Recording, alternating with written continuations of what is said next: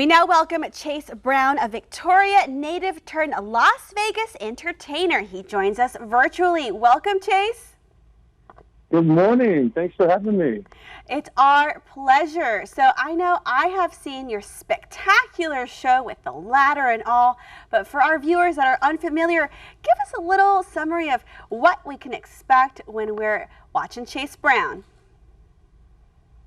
So the Chase Brown show it's been going on for a long time in Texas. So if you know me from Texas, this started off in like Dodge City when I was a teenager. I've been singing my whole life, and it's kind of it's a very eclectic show as far as musically. There's country, there's rock, there's pop, fast, dancey stuff, and slow, tearjerker ballads. I like to mix it up, but I don't want anybody to ever get bored. And there is a ladder dance in it, so that you kind of just have to come out and see. But it's a lot of fun. That's the main objective, is for everybody to have a good time. Well, it's definitely a great time. I know that you have a huge following here in Victoria, and I know all your fans are going to be excited to hear about what you're doing in Las Vegas. I hear that you have a residency. I just got my brand new show, Chase Brown's Vegas Country. It's picked up on Fremont Street, downtown Las Vegas. This is where you always want to be. It's just like the heart, the lifeblood of Vegas, the millions of tourists walking every day, and the most beautiful showroom ever. It's called the Chandelier Lounge at Notoriety, and I'm going to be there every Friday night. So if you guys are ever in Vegas for any weekend, you know where to find me. I'm right there on Fremont Street. Come see me.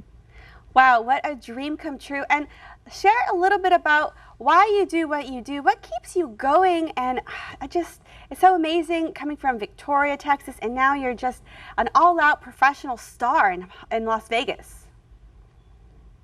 You know, one thing that still keeps me going is I love making the people in my life proud, especially my mom. Like even yesterday, a Victoria newspaper, a Victoria Advocate story came out.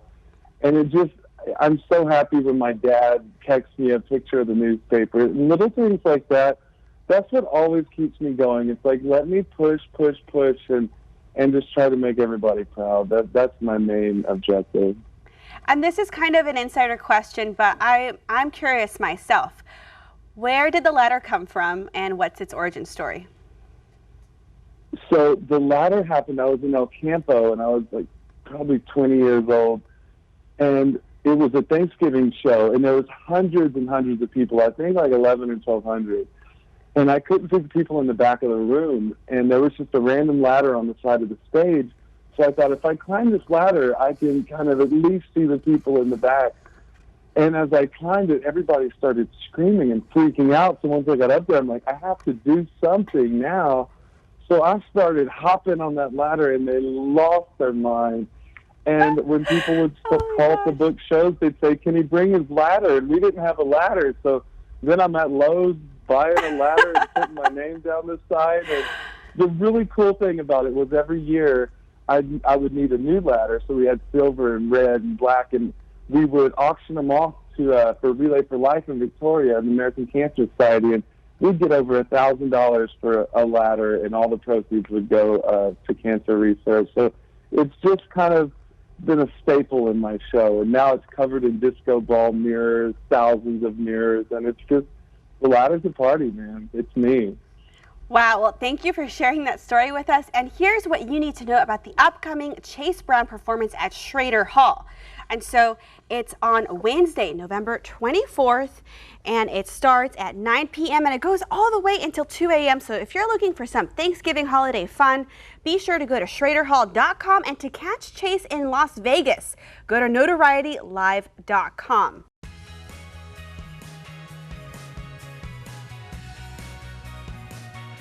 And now it's time for our viewer poll review. Earlier this month we asked, is the act of chaining up pets with heavy chains considered animal abuse? 193 of you said yes, and 27 of you said no. And in another viewer poll we asked, do you agree with prosecutors that there appeared to be intentional discrimination in the Ahmaud Arbery trial? 26 of you said yes, and 37 said no. Come to crossroadstoday.com/vote to take part in our viewer polls.